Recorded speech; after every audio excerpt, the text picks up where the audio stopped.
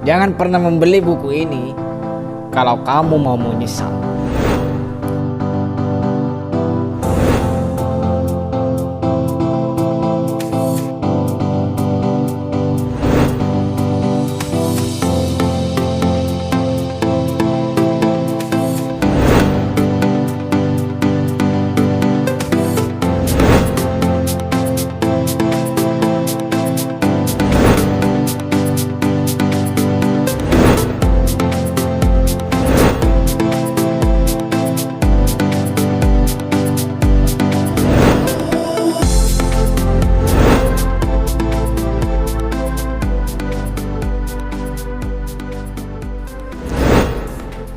Mungkin ketika kamu melihat buku ini di toko buku, di beberapa toko buku gitu, mungkin terbesit di kepala kamu, kenapa sih aku harus membeli buku ini gitu?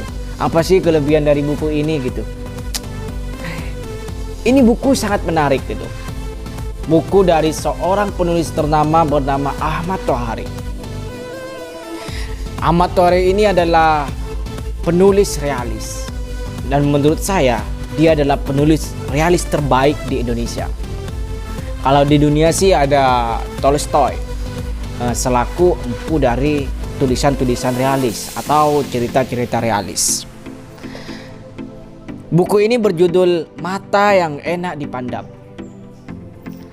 Buku ini merangkum 15 cerita pendek Ahmad Tohari yang semuanya terbaik tentunya gitu. Kenapa saya bilang 15 cerita pendek ini bagian dari cerita-cerita Ahmad Tohari yang terbaik? Karena buku ini merupakan kumpulan dari 15 cerita pendek Ahmad Tohari yang tersebar di sejumlah media gitu. Untuk masuk ke media cetak pun kita butuh seleksi gitu. Dan ini adalah yang terbaik dari yang terbaik gitu. Cerpen-cerpen yang dijadikan buku Mata yang Enak Dipandang ini terangkum sejak tahun 1983 sampai 1997. Jadi dengan rentang waktu yang cukup lama ini, kita bisalah mengatakan bahwa cerpen ini dikerjakan dengan sangat serius gitu. Di sini ada beberapa cerpen-cerpennya yang berjudul Mata yang Enak Dipandang, Bila Jebris Ada di Rumah Kami, Penipu yang Keempat, Daruan, Warung Penajam, Paman Doblo Merobek Layang-layang, Kang Sarpin Minta Dikebiri, Akhirnya Kasih Menyeberang Jalan, Sayur Belek Ketupuk, dan cerita-cerita lainnya gitu. Saya ingin menceritakan satu cerpen saja yang dijadikan covernya, yakni adalah Mata yang Enak Dipandang. Mata yang Enak Dipandang ini menceritakan tentang seorang Mirta gitu. Mirta ini adalah tokoh utama dari cerita pendek ini. Dia adalah seorang pengemis yang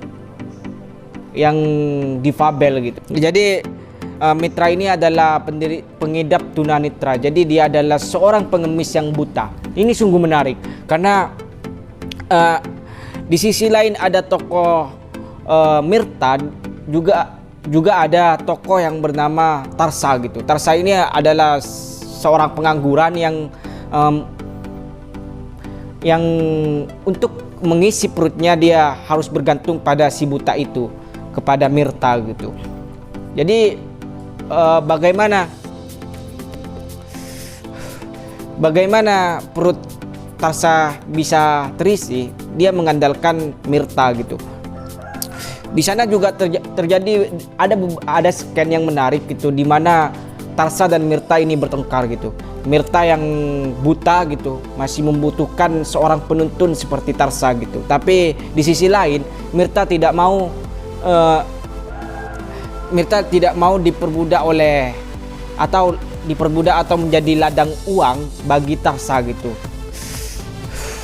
Jadi konflik ini yang menyebabkan suatu pertikaian antara Mirta dan Tarsa gitu, dimana tapi Tarsa sih ya bergantung juga kepada Mirta gitu. Akhirnya setelah mengamen sendiri gitu, mengemis sendiri, Mirta ternyata sadar bahwa dia membutuhkan seorang Tarsa. Walaupun dia sangat menyebalkan, telah membuat Mirta mencari uang dengan sendirinya gitu, dan memberikan beberapa uangnya kepada Tarsa. Akhirnya Mirta pun memanggil Tarsa untuk menjadi penuntunya lagi. Dan di sini yang lebih menariknya lagi, Mirta melontarkan kata-kata yang menarik kepada Tarsa gitu. Kamu ini gimana sih gitu? Kalau cari orang itu, carilah orang yang bermata enak dipandang gitu. Lah, di sini padahal Mirta ini buta gitu. Kenapa dia tahu mata yang enak dipandang itu kayak gimana gitu? Ini sungguh menarik dan sedikit absurd tentunya. Kemudian yang menyedihkan gitu, di sini juga terdapat suatu adegan-adegan yang melankolis ketika Tarsa sepakat untuk mencari mata yang enak dipandang di suatu stasiun gitu, di suatu rel kereta gitu. Mirta tiba-tiba tidak bergerak gitu. Tarsa ini membangunkan Mirta, Mirta bangun gitu.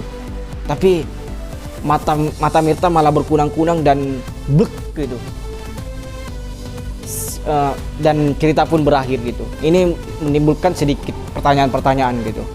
Jadi Ahmad Tohari memang dekat kepada orang-orang kecil, sehingga cerita-ceritanya juga ya dekat kepada hal-hal yang merakyat gitu. Jadi ini sungguh menarik. Ini adalah refleksi dari kehidupan kita, bagaimana kita menanggapi hidup, bagaimana kita memanusiakan manusia gitu tentunya. Pokoknya jangan beli buku ini kalau kamu mau menyesal.